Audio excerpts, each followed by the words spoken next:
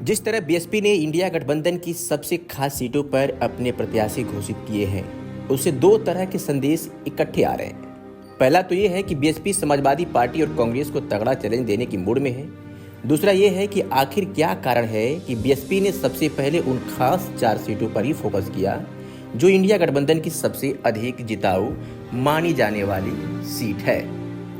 उत्तर प्रदेश में लोकसभा चुनाव में सबसे अधिक सीट लाने वाली पार्टी ही देश पर राज करती है। यही कारण है कि सभी पार्टियों का फोकस उत्तर प्रदेश में सबसे ज्यादा रहता है। भारतीय जनता पार्टी कुल 80 सीटें जीतने के लिए एड़ी चोटी का जोर लगाए हुए है। समाजवादी पार्टी भी बीजेपी को रोकने के लिए न चाहते हुए भी कांग्रेस से गठबंधन किया है। बीच में ऐसी बातें भी उठी कि इंडिया गठबंधन बीएसपी प्रमुख को पीएम कैंडिडेट बनाने का ऑफर दे रहा है, पर बीएसपी प्रमुख ने खुद इन बातों का खंडन किया और ये भी कहा कि वो ऐसी बातें उनकी पार्टी को कमजोर करने के लिए की जा रही है। इसके बावजूद बहुत से लोगों को ऐसा लग रहा है कि उत्तर प्रदेश की राजनीति में कुछ तो जरूर चल रहा है जो सामान्य नहीं है। इसकी सबसे बड़ी वजह के रूप में सामने आ रहा है कांग्रेस और समाजवादी पार्टी के कैंडिडेट्स की घोषणा में होने वाली देरी।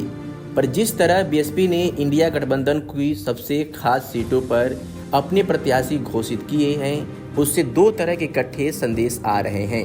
पहला तो ये है कि बीएसपी समाजवादी पार्टी और कांग्रेस को तगड़ा चैलेंज देने की मूड में है। दूसरा संदेश ये आता है कि आखिर बीएसपी ने उन खास 4 सीटों पर ही सबसे पहले कैंडिडेट क्यों घोषित किए हैं जो इंडिया गठबंधन की सबसे अधिक जिताऊ माने जाने वाली सीटें हैं। आइए समझते हैं कि यूपी में क्या चल रहा है।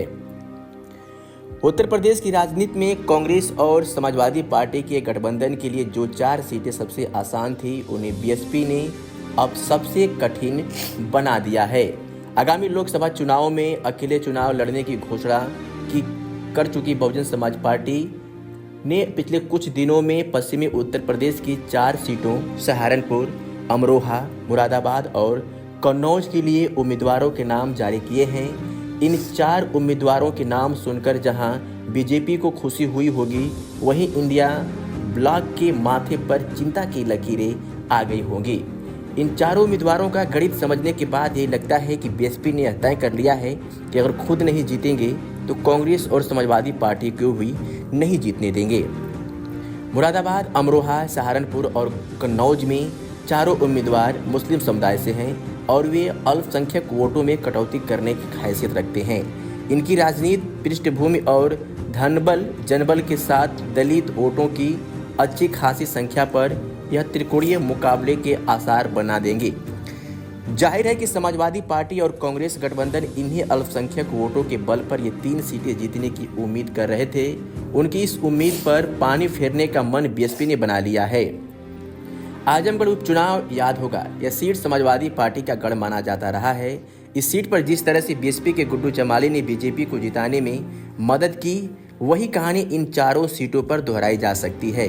तो क्या मान लिया जाए कि इंडिया गठबंधन के लिए मायावती का यह प्रेशर पॉलिटिक्स है, क्योंकि मायावती ने सबसे पहले उन 4 सीटों पर ही फोकस किया है जो इंडिया गठबंधन के लिए सबसे खास हैं। मायावती अपने पत्ते जल्दी नहीं खोलती हैं। क्या कहीं अंदर खाने में अब भी कुछ तो नहीं हो रहा है? क्या मायावती अब भी चाहती हैं कि इंडिया गठबंधन उन्हें पीएम पद का कैंडिडेट घोषित कर दे? उत्तर प्रदेश की राजनीति में हाथी किस करवट लेने वाला है, अब भी सस्पेंस बना हुआ है। कांग्रेस की मंगलवार को दूसरी लिस्ट भी आ गई है, पर उत्तर प्रदेश उससे नदारा दिख रहा है। यही हाल समाजवादी पार्टी का है।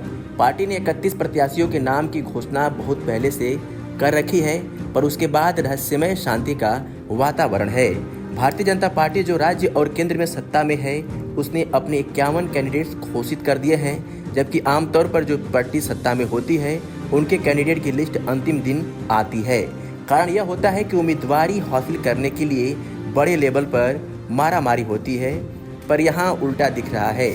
समाजवादी पार्टी और कांग्रेस के उम्मीदवारों को लेकर चुप्पी रहस्यमय होती जा रही है। इसके चलते तरह तरह के स्पेक्यूलेशन क्रिएट हो रहे हैं। हालांकि इस तरह की कोई स्पष्ट जानकारी नहीं मिल रही है कि बीएसपी और इंडिया गुड के बीच कोई बातचीत चल रही है, पर राजनीति अनंत संभावनाओं का खेल है, यहाँ कुछ भी असंभव नहीं है। हालांकि समाजवादी पार्टी और कांग्रेस के उम्मीदवारों की देरी का कारण एक दूसरा भी हो सकता है, पर उसके पीछे भी बीएसपी ही जिम्मेदार हो सकती है।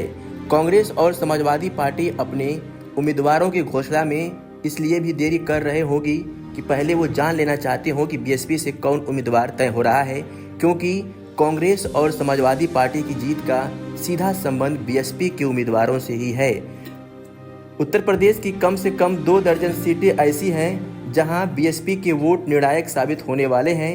विशेषकर मुस्लिम बहुल जनसंख्या वाली सीटों पर मायावती अगर मजबूत मुस्लिम कैंडिडेट खड़ी करती है तो फिर कांग्रेस और समाजवादी पार्टी को अपनी रणनीति में बदलाव करना होगा।